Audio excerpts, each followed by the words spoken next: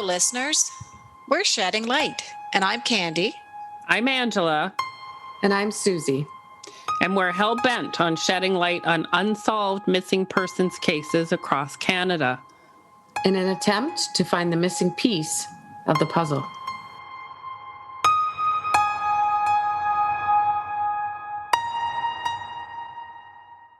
What you are about to listen to is the culmination of countless hours of research in an attempt to gather as many facts as possible about the case by reading news articles, online blogs and forums, and by interviewing friends, family, and people involved in Luke's case. We will discuss different theories and possibilities and pick them apart in order to evaluate their likelihood, or better yet, eliminate them. We weren't there. We don't claim to know what happened. We can only try to paint a picture using the resources that we do have. We don't claim anything to be fact that isn't. We don't claim our interviewees' words to be fact. It's their memory. It's their recollection. It's their truth, and it's their opinion.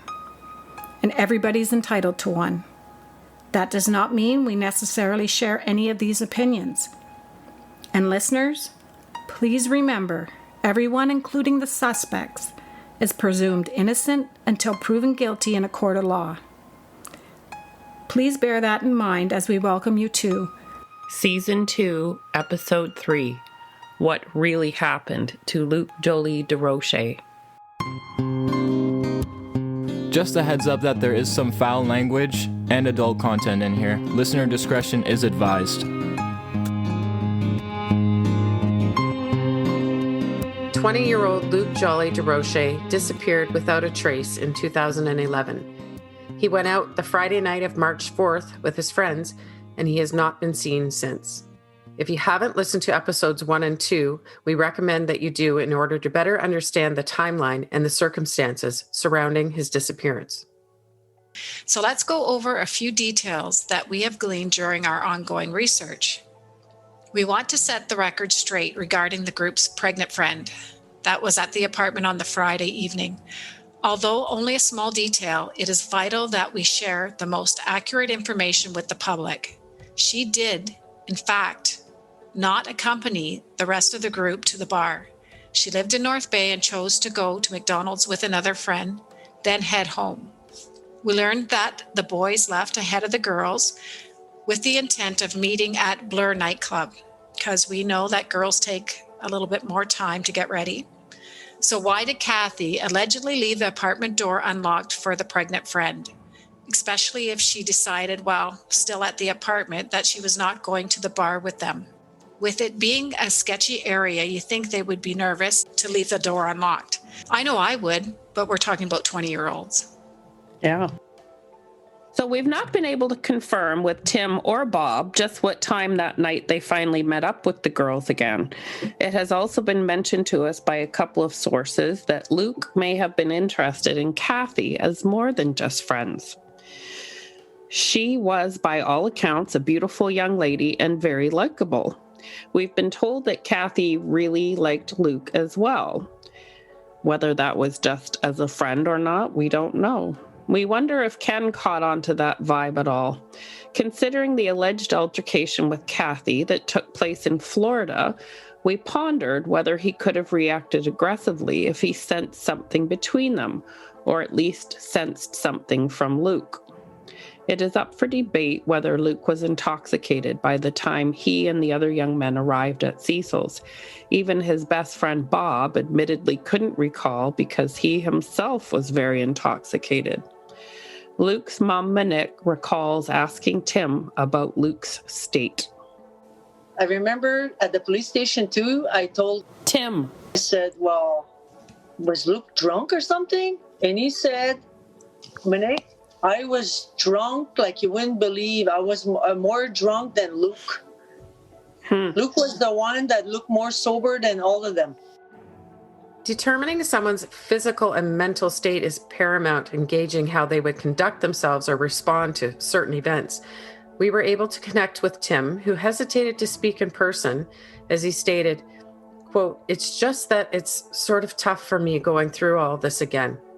Many times this has been brought up and it's tough bringing it up over and over again, unquote. But he did want to share his memories of Luke. He said, a lot of great memories for sure. He was definitely always a jokester, prankster. In high school times, a lot of laughs. Luke was really dedicated and into playing instruments and was really into music. Also, he was a really big hockey fan. One of his top favorite bands was Metric. Hockey-wise would be the Florida Panthers.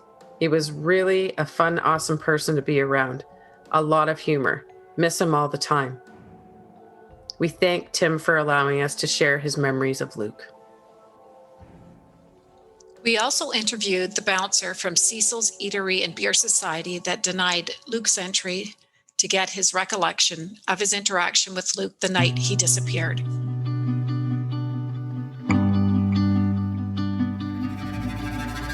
Do you remember seeing Luke that night? I guess you would have had to have looked back at the footage. Do you recall that incident? Do you recall talking to him? Yes, I absolutely do.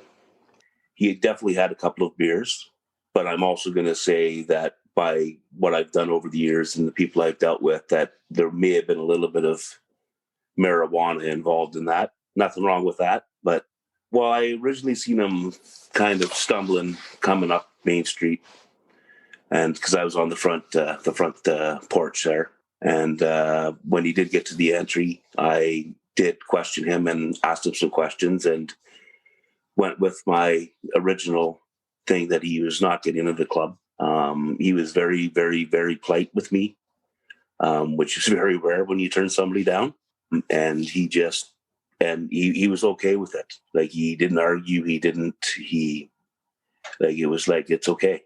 Like, I'm just going to go. I'm going to leave. Believe there was 4 of them, possibly 3. And they came in and, just even walking up the street, you could tell that one was way worse than everyone else. And so, and I did question everybody on the way in. And 3 passed and 1 failed. And unfortunately, it was Luke that failed. He tried to go out the wrong exit where there was no stairs. And he finally made his way around the front of Cecil's Eatery. And he turned up on Wild Street, up towards City Hall. And at this point, I actually went back to the patio because we did have issues with people trying to come over the 8-foot fence. And I just wanted to make sure that this wasn't going to happen, although I didn't think it would happen because he was just so nice to me. And he didn't. And so I just watched him wander away where I thought it was far enough where he's not going to try. And he was up past City Hall, and that was the end of it for the night. The outside camera probably would have lost him about halfway down. For some reason, I was out front and saw this all. When he first turned the corner from Wild Street coming onto Main Street with his crew of friends. So he came back in the same direction. He went back to the same direction that he came from. I mean, if 3 guys coming in, a lot of people came in that I didn't know. And as long as they're behaving and having a good time, you just leave them alone.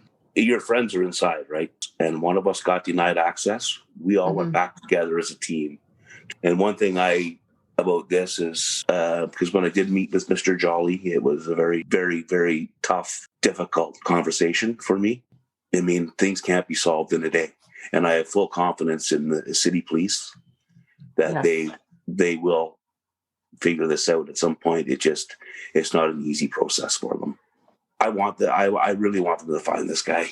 I want this kid around. Yeah, to this day, Sue and Angela, every time I see something about the disappearance of Luke Joly or find Luke Joly or anything on that, I think, what if I wasn't a hard ass? And it really, really, really hits me hard. We also spoke with the host of the zoo. This is the adjoining nightclub, who was responsible for retrieving the video footage requested by the police. I do remember being called in on the Monday because I was one of the only people who knew how to work the security system. And I had to go in and find the footage of him showing up to the door and the bouncer not letting him in and him going off. And then I had to give that footage to the cops and install the program onto the cop's computer because it was the early days of digital security. Mhm. So it never converted to like AVI or any nice format for a computer. So we actually had to physically give them the program to run it. And yeah. Did you actually watch the footage probably over and over, right? I would say probably about like 4 or 5 times just to make sure that it was the right person. So can you describe from the very beginning to the very end of the footage that includes Luke exactly what you saw, how many people, which direction they were coming from, going to, et cetera, in your words, from the best of your recollection? Yeah. Thank you. Direction I really don't recall, but he was by himself. He came up, went to the Cecil side, went up the stairs, walked in. The bouncer denied him entry. So he walked out, walked down the steps, and that was it. And you don't remember which direction he went when he got down the steps? No. Did you also have video cameras on the patio side or that back side door, I guess it would be called? The back part? No. Oh, we did, yeah, but he wasn't on that one. Okay. Yeah. And it was just, you could only see pretty much the door. Okay. That little, I guess. Just the little vestibule, like the entranceway. Yeah. Yeah. Okay. So you said he was by himself. He wasn't with his group of buddies? No. Wow. Okay. And that's the thing, like in all the pictures that we've seen, the still pictures from the footage, he's in line with people, but we have no idea if they're his friends or not. So it looks like, from the best of your recollection, when he walks up to the door, he is by himself. He's not with a group of people. Yeah. Wow. Okay. Well, he figured if he was, they would have left with him, because if they all went in at the same time, if somebody doesn't get in, you go somewhere else. Yeah. Interesting. Mm-hmm. I think it's important to discuss the differences in these two men's personal recollections after almost 10 years. The bouncer recalls the 3 friends walking in ahead of Luke and granting them entry, but then turning Luke away. While the gentleman that reviewed the security footage at least 4 times, when trying to isolate Luke, can't say with any certainty that Luke was in the company of any friends. The fact remains the still shots show him in line with 3 males in front of him. Whether they were his friends, we have no way of knowing. The bouncer also recalls who he thought was Luke walking north down Wild Street after exiting Cecil's. He did lose sight of him from the time it took him to physically walk through the inside of the bar and out the back door. So if it was indeed Luke that he saw, maybe he then simply decided to circle back to Main Street. Yeah, so to me, if it was indeed Luke that he saw walking north towards City Hall, I believe he mentioned, it doesn't make a lot of sense unless literally when the bouncer walked back inside the bar, when he was satisfied that, okay, he was far enough away from the building, he's not going to try and come in over the fence in the back. Maybe Luke was on his way back to the Sherbrooke Street residence. Maybe he got a text. Maybe he thought, screw this, I'm gonna go back up Main Street. Who knows? But he was seen on Main Street heading west. So if that was him, he would have had to have circled back. If it wasn't him, it's here nor there, because we know where he was heading, right? We know he was headed west on Main Street. Well, and, maybe for a split second or a few seconds, he thought, well, maybe the guys will realize I'm not there, and maybe they'll all head back to the apartment and we can just continue partying there, when he couldn't get in. And then he decided to change his mind again. Right. But wouldn't you send a quick text to your friends saying, hi guys, I'm not in, I'm heading to this bar? Who knows? They were all drinking. Who knows? Yeah, that's true. Yeah. So I personally find it extremely difficult to recall a particular event involving specific individuals, especially people I didn't know, if I had no foresight that I was going to be asked to recall those details at a later date. So, 2 versions of the same event by 2 well-respected, honest gentlemen. And this is how easy it can be to lose important details over the years. It's also worth noting that the 3 males shown standing in line ahead of Luke at Cecil's were not wearing coats, but Luke was. Maybe a bit odd that 3 out of 4 of you decided to walk a few blocks without a coat on. It's possible that those were just other random guys. Maybe his friends were already inside. And which could fit with what the host said, right? He thought, from the best of his recollection, that Luke walked in by himself. So he could have. Those guys could have quickly zipped in ahead of him. We don't know the entire story. No. And we almost overlooked how the bouncer would be feeling, being the person who ultimately separated Luke from his friends that night. He explained how he has lived with a tremendous amount of guilt all these years. And in hindsight, he was just doing his job, and he couldn't have predicted Luke's fate that night. He was very emotional during his recollection of coming face to face and speaking with Luke's father, Rob, and while sharing his feelings every time he sees Luke's signs or posters or hears any reference to his disappearance. Yeah, I felt horrible for him because I didn't anticipate hearing that from him. I guess I just didn't even think of it. I didn't think how he'd be affected by it. But I think if you're in it and some person went missing and you didn't let him in, or something about it, it would probably bother you for probably the rest of your life until they found him. Mm-hmm. Well, because you're part of it. To think that a simple decision that you made as part of your job could have maybe, had an influence in determining Luke's fate, or right? We don't know. And he was just doing his job. So he should take no guilt because you never know what's going to happen. Like you turned left instead of right and something happened. If we don't know, you would never make that decision if you knew. Right? Absolutely. So we've also been given information regarding a young lady who danced with Luke on a different night. So it wasn't the night that he disappeared while he was at the Zoo nightclub. And the Zoo nightclub is basically attached to Cecil's. It's the same building and owned and operated by the same people at that time. Her memory of him was simply that he was, quote, polite, asked for a dance, and then thanked me. He wasn't creepy or a douche like most, unquote. The Zoo is a nightclub, like I mentioned, adjoined by a separate room with pool tables. So when you walked in the front door of Cecil's, once you made entry into there, you could go between the two sides.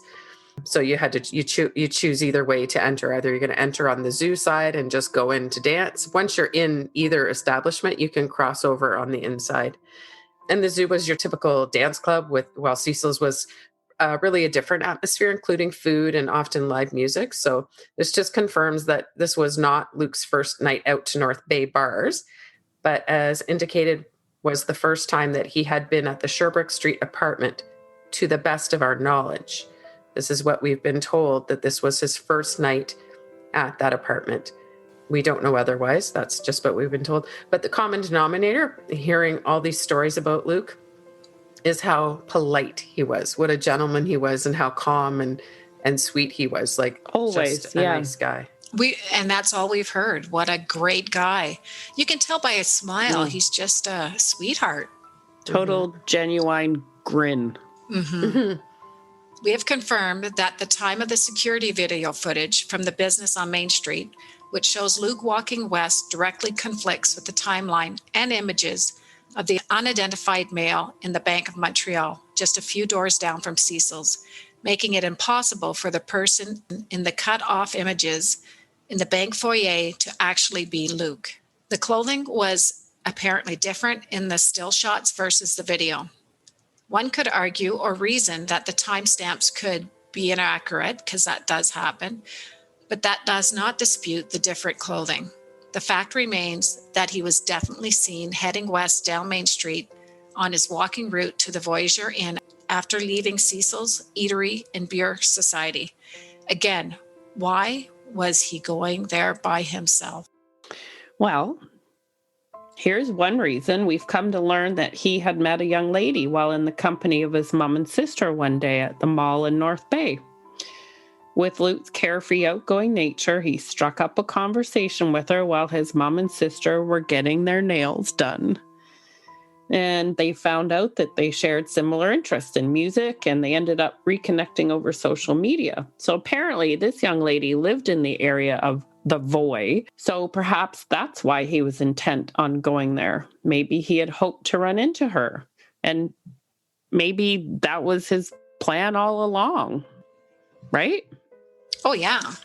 He, guy's thinking that, hey, she's a nice girl. She lives around there. She might be there. I might take a chance and see if I run into her. The Voyageur was a place where there's usually a lot of, back then, and I think even still now, like before COVID, it's usually a place where there's actually a lot of people that go there from Temiskaming and Kipwa. So because of the music, I know that there's, a lot of people that know the bands that play there, and, when the music would bring a lot of people there from our area. The Voyageur often featured various bands, and as Priscilla mentioned, and being that Luke loved any type of live entertainment, it would not be unusual for him to want to go there and check it out. And I think that makes sense because I've been there a couple times and the music was really good. The bands were really good. It was always a good time. So being that age, it'd be a great time. And there's not a lot of places anymore that do offer live music. Like years and years ago, almost every bar on the corner had live music. I mean, it's few and far between these days. And so 10 years ago, yeah, he would have probably loved to go there. The Voy was also a place where, to her knowledge, many people from across the border into Temiskaming and Kippawa would come to enjoy the live music. So he could very well have run into a familiar face that night. Maybe he got a ride with someone he knew from home. It was reported by police that he was socializing inside. And I mean, he was a social guy, so whether he was socializing with people he knew or just socializing with random people that he didn't know, we're not sure. If you saw Luke that night and you haven't already spoken to police, please do, even if it's just a description of who you saw around him, what he was wearing at that time, what his demeanor was like, what time you saw him, if he was drinking, if you saw him pay for a drink, did you see him get into a car, what time you saw him walk in or walk out, if you spoke to him or maybe overheard him speaking to someone else, maybe you saw him using a cell phone. All of these little details are important. Please come forward. Somewhere amongst one of you lies the missing piece of the puzzle, or at least the dots that connect them. At the time it was reported, Police Chief Scott Todd felt that the newly confirmed timeline was a positive sign and a very important part of the investigation that came to light while working with OPP. Apparently, they learned more information that they continue to investigate even now.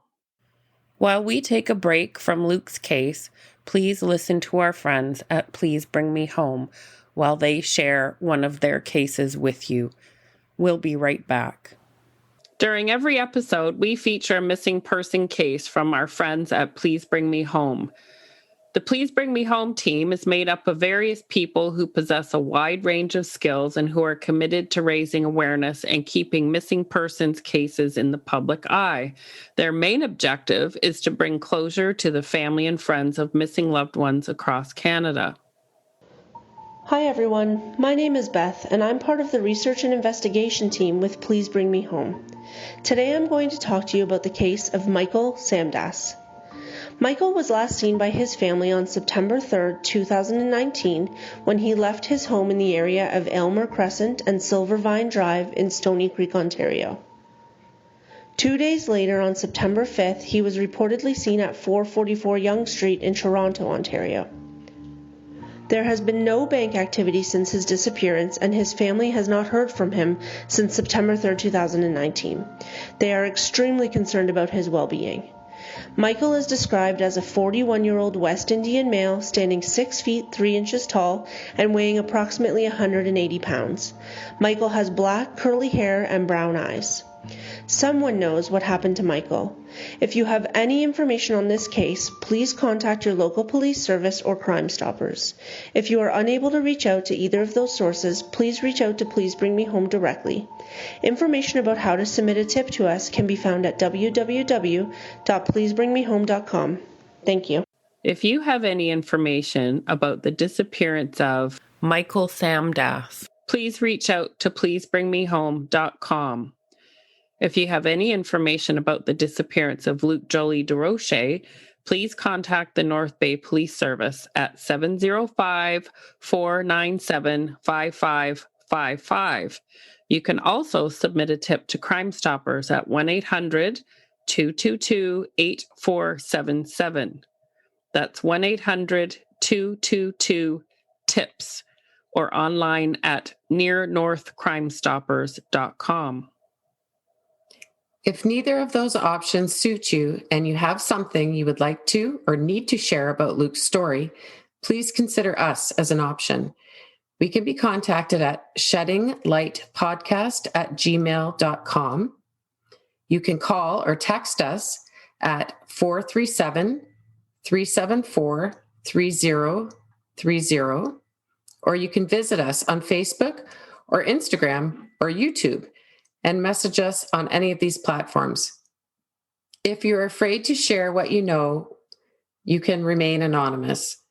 Our podcast can be found at sheddinglight.buzzsprout.com, or you can find us on your favorite podcast platform, Apple Podcasts, Google, Spotify, Deezer, Stitcher.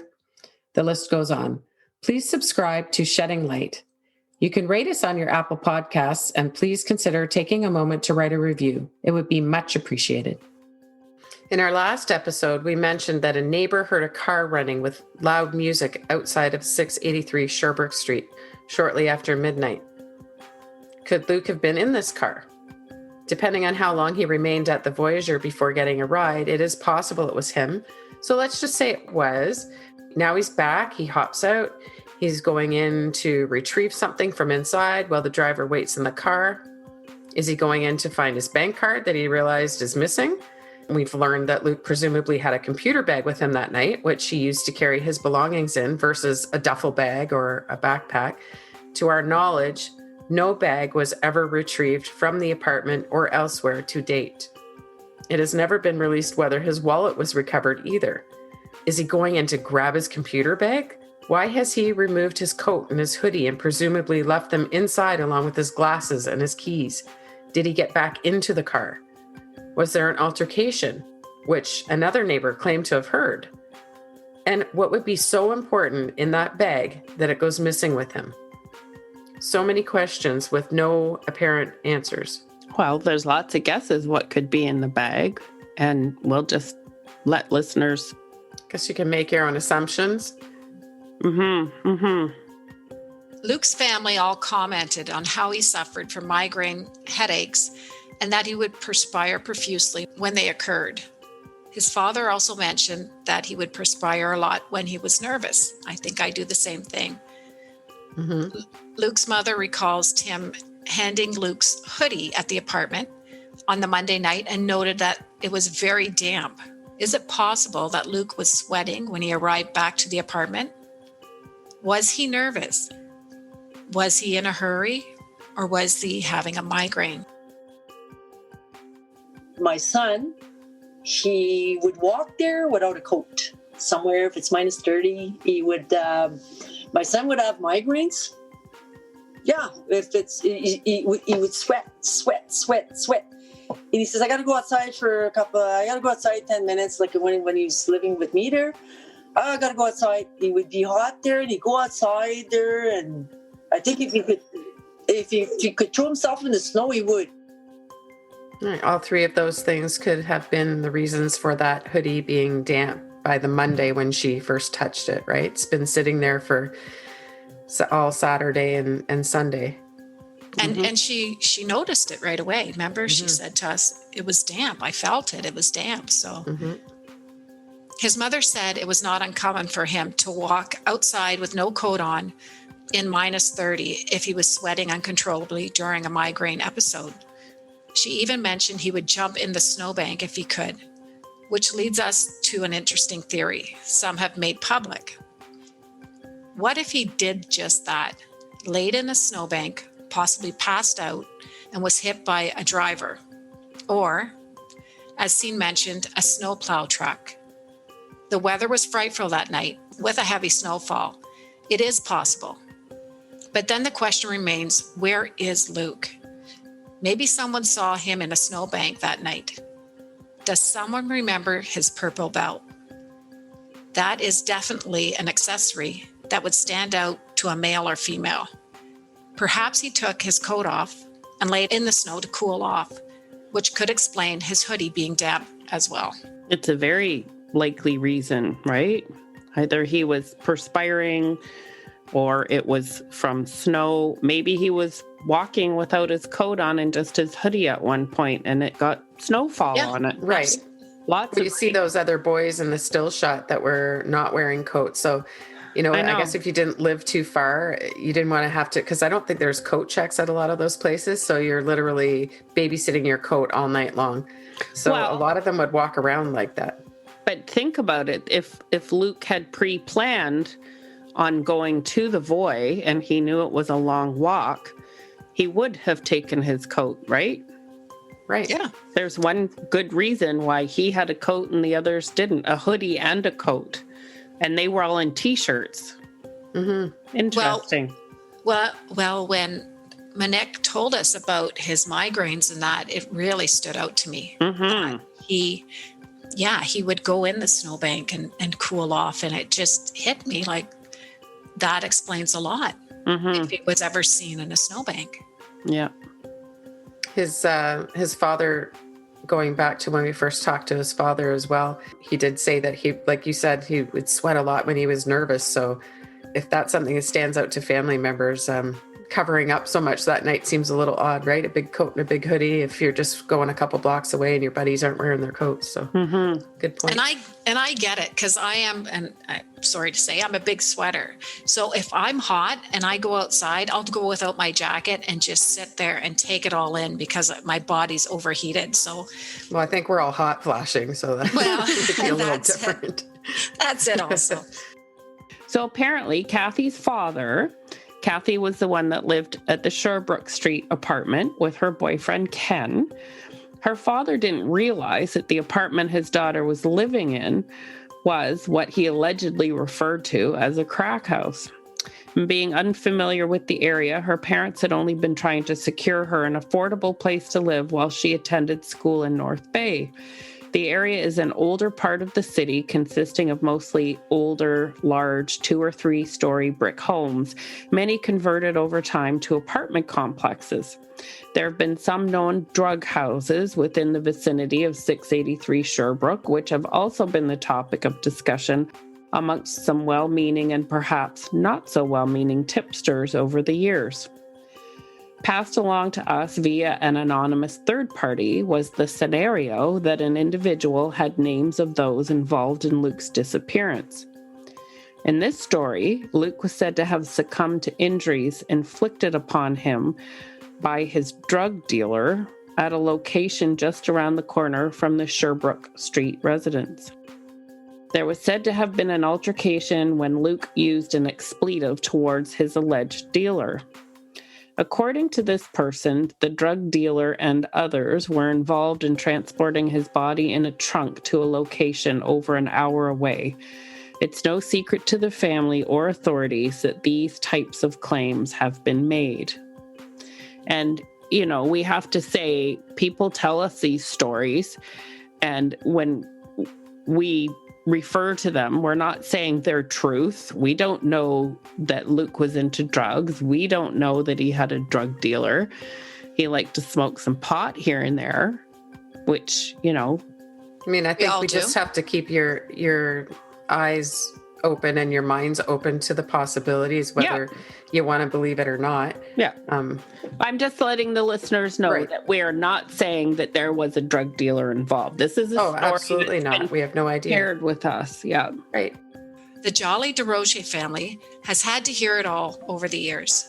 We don't claim any story we share to be truth, And certainly we are not in the business of spreading rumors, but do feel it's important to share all of the tidbits we have gathered, as somewhere in the midst of all these ill-intended bullshit might be a strand of reality. Again, it is going to take that one person to come forward with the piece of information that will tie it all together for the authorities. Well, we had read a comment on social media by an individual that claimed they were responsible for the cleanup of the apartment after, quote, the police were finished with it, unquote. They continued to say that there was, quote, lots of blood and blood splatter, unquote. When we asked this person to speak privately, they declined and stated, I don't care about this case. Police know more than I do. In fact, I heard they already interviewed the people that killed him over a $10,000 drug debt. First of all, so how disgustingly insensitive is that? And secondly, how would this person know who had been interviewed unless they were privy to a serious criminal offense? So this could very well be another lowlife looking for a bit of fame. It just disgusts me.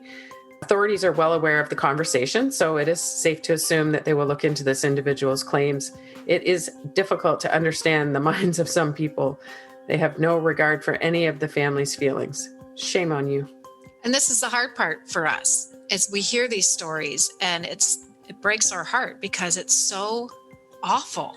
It's but really then we hard have to hear it. right? It is hard to hear, but we have to hear. You don't want to seem insensitive when you're hearing it, or even when we write it. It almost feels like, you become immune to it a little bit when you're writing it and when you're saying it. When you really stop, like half the time when I really think about the words that I'm saying, that's when it hits you. It's like, holy shit, these parents and these sisters and family members and friends have to hear this coming out of mere strangers' mouths about their loved one. And it's really... It's just sad. These people have absolutely no filters, no feelings, no respect. We've come to learn very quickly that not everybody is like us. No, and that's true. But it's just, it's well, and the sad part is you see things like that. You read those things online and, in different blogs and comments on social media. And you think, are they just an attention seeker, or do they actually know something? And that's what we always say, is the kind of people that know what happened to Luke firsthand. They're not going to be good people. Well, yeah, right. Of course. So they're going to be people that are running the circles with other bad people. And often you think, all these different stories resurface, and they all are a little different version of, might have the same two characters in it, but different version. And it's, the people that they're coming from, are these people all in one group and trying to push the focus onto these random strangers because they actually know who did it, or they were involved with who did it? I those things come to mind too, because these same stories keep coming up. And the police, I'm sure, are quite aware of them and are aware of these names that keep resurfacing, but it's just it sends them in so many different directions. It's just so time consuming.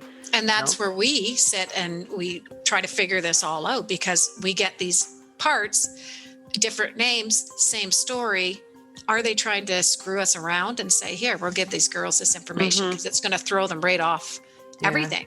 Blonde, but... And just think about all the me too. The wild goose chases that the police have been on. It's truly mind-boggling how some people can take advantage of a horrible situation to earn respect in their drug world. We've been given the names of a few individuals who have been reported to police as having involvement in Luke's alleged murder. We've been told that these similar tips were repeatedly given to police and eventually led them to search a small family business located in an outlying town about 35 minutes outside of North Bay more than once.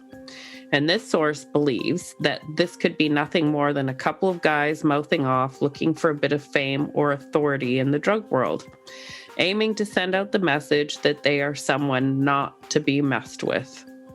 They use Luke's disappearance as a mythical, sadistic achievement to gain themselves respect from the rest of the lowlives. Pretty It's quite a sad. common theory, or not a common theory, but a common occurrence. Another source told us that there was also a tip reported to police concerning a tenant from one of the upper apartments located in the 683 Sherbrooke Street residence.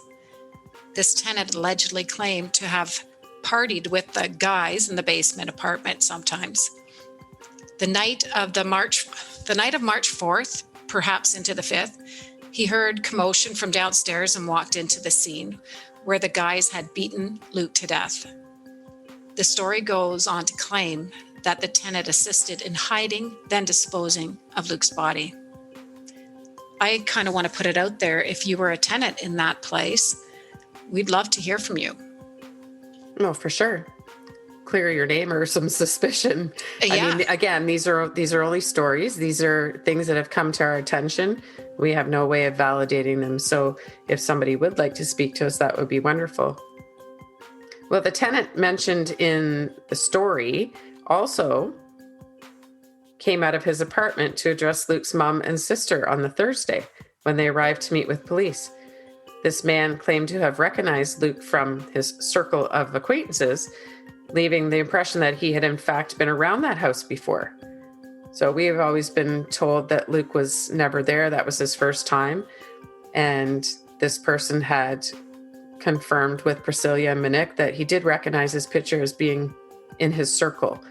So that kind of is contradicting. He also claimed not to have seen or heard anything odd the night that Luke disappeared and didn't offer much help, really. He appeared to be more interested in redirecting them to a drug house around the corner, which he mentioned may know something.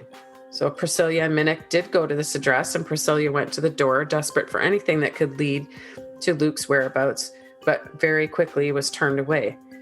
This residence has since burned down. This is the second address that is known to have been given with regards to its occupants knowing something, and both are or were within the immediate vicinity of 683 Sherbrooke Street. So it gives you a real true sense of this area and its supposed illegal activities, doesn't it? Yeah. It doesn't sound very safe, I'll tell you. Nice neighborhood. Yeah, so if you know anybody that lives in that neighborhood or you live in that neighborhood and are willing to speak with us, we'd love to hear from you. Another public comment from social media from 2018 stated that there was a very violent individual that lived in one of the units at the 683 Sherbrooke Street residence at one time. The reader's memory was jogged when they saw on the internet that this individual had been charged with an offense. Whether or not this violent individual lived at the residence at the time of Luke's disappearance, or is in fact the former tenant we spoke of, is yet to be determined. Please join us for episode 4 as we continue to discuss the impact Luke's disappearance has had on his family and the possibilities as we search for answers.